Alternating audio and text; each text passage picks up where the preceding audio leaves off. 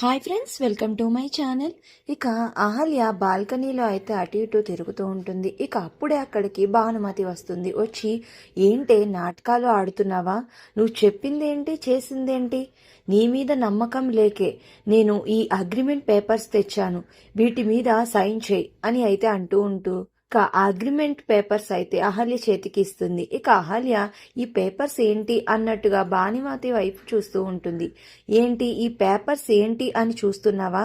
ఇవి నువ్వు బిడ్డ పుట్టిన తరువాత నీకు, ఈ ఇంటికి, ఆ పుట్టిన బిడ్డకి నీకు ఎటువంటి సంబంధము లేదు.